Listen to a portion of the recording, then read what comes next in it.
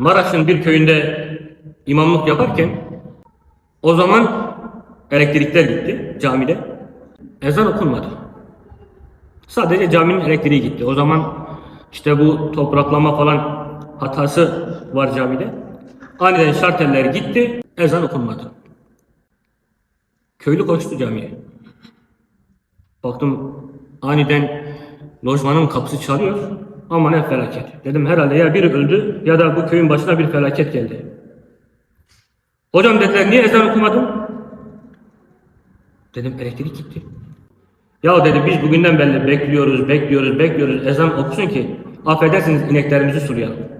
Yani adamlar ezanı bile beklerken hayvanlarını sulamak için ezan bekliyorlar. Çünkü dedik ya namaz insanın her hayatının merkezindedir aslında. Namaz kılsın kılmasın kulak ezanda. Ezandan önce sonra. Namazdan önce sonra.